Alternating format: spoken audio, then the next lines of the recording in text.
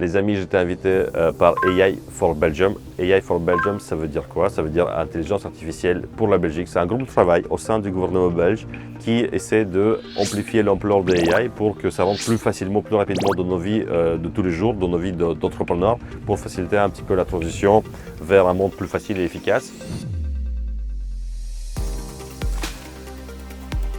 Ici, ils organisent ce qu'on appelle AI Week, la semaine de l'intelligence artificielle belge. Et j'ai été invité à une journée en particulier, la journée sur la blockchain. Et lors de cette journée-là, nous allons interviewer des entrepreneurs qui sont venus là, qui participent à la blockchain, qui parlent un peu de la blockchain, de l'intelligence artificielle et qui vont nous raconter un peu les chiffres qui se cachent derrière la blockchain, le comment du pourquoi et comment être motivé et pourquoi chaque entrepreneur doit réfléchir à ça aujourd'hui pour passer à la blockchain et la crypto-monnaie et l'intelligence artificielle dès aujourd'hui pour améliorer son efficacité de tous les jours. Donc abonnez-vous sur la chaîne et on va aller revoir tous ces gens-là tout de suite.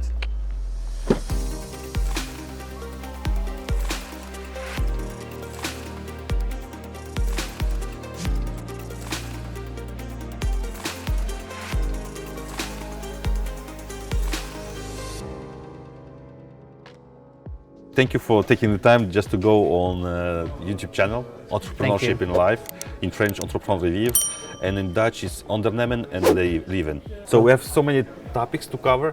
I don't know what to talk about. I think you are the former CEO of Skynet. The internet part, Okay. the internet and media part. Yeah. How did you become a CEO of Skynet? I was fairly young at the time, I think 29 or so. And before that, when I was a teenager, I started developing and coding.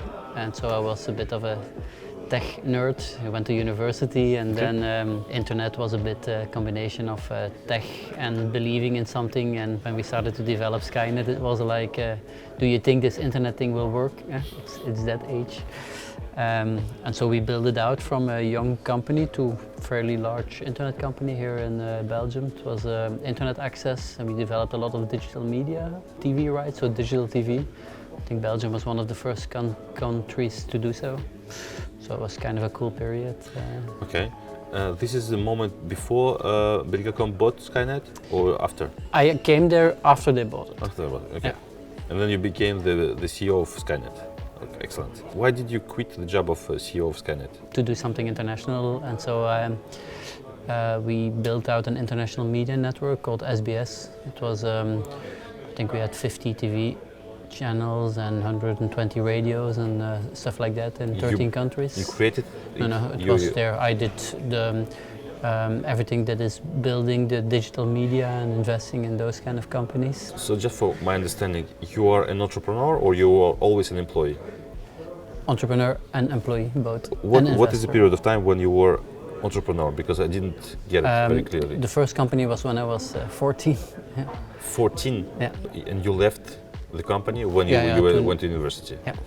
So between 14 and 18, let's say, you were an entrepreneur, a very young entrepreneur. Is it allowed in Belgium to be an entrepreneur at 14? Approximately. Approximately, excellent. This is the gray zone. Since you are 18 years old, you stayed always as an employee. You never became once again an entrepreneur. No, I also, afterwards, we co-founded a couple of things and invested. Only was employee. I was actually only at Skynet. Since then, we started a couple of things. Be Central is an interesting thing. It's an sure. Yeah.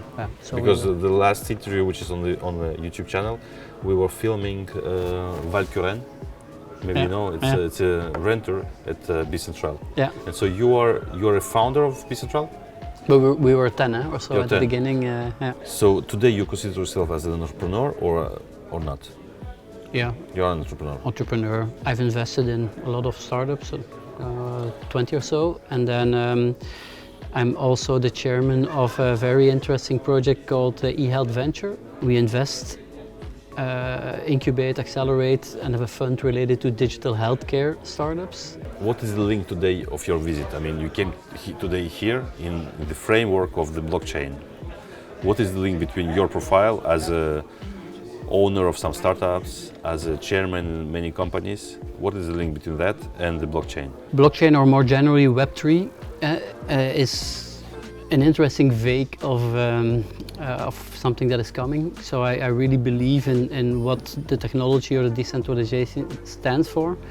And so it's a third time a bit in being able to be part of a more general movement into a vague of startups. So the first vague was a bit, or pre-internet, it was our own companies and doing software and stuff like that.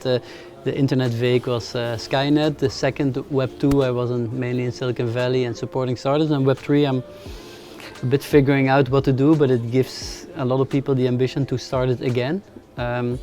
So that's one part. It's learning and being part of this community that is embracing Web3 and all of its aspects. And so I talk today mainly about what you see in kind of international trends and how the funds are investing and what it can mean in terms of opportunity. So that's kind of interesting because there's how lucky can you get in one life to have three big innovation waves. So I think that's three like internet, internet 1, internet 2, and internet Web 3 basically. Okay. Yeah. So it's and if you look now at the top 100 most valuable companies, 70 are since Web 1.